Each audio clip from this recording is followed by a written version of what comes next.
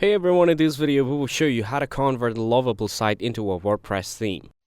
First, export the HTML, CSS, GS, and assets file from your Lovable site using developer tools or available export options. Now set up a local WordPress environment using tools like XAMPP or local WP to test your custom theme before going live. Here, create a new folder in WP, -content/themes, and add essential files as shown on screen. Break your Lovable site's HTML into modular WordPress templates parts. Break your Lovable site's HTML into modular WordPress template parts as shown on screen. Enqueue your Lovable CSS and GS files properly using WP_enqueue_style and WP_enqueue_script in functions.php.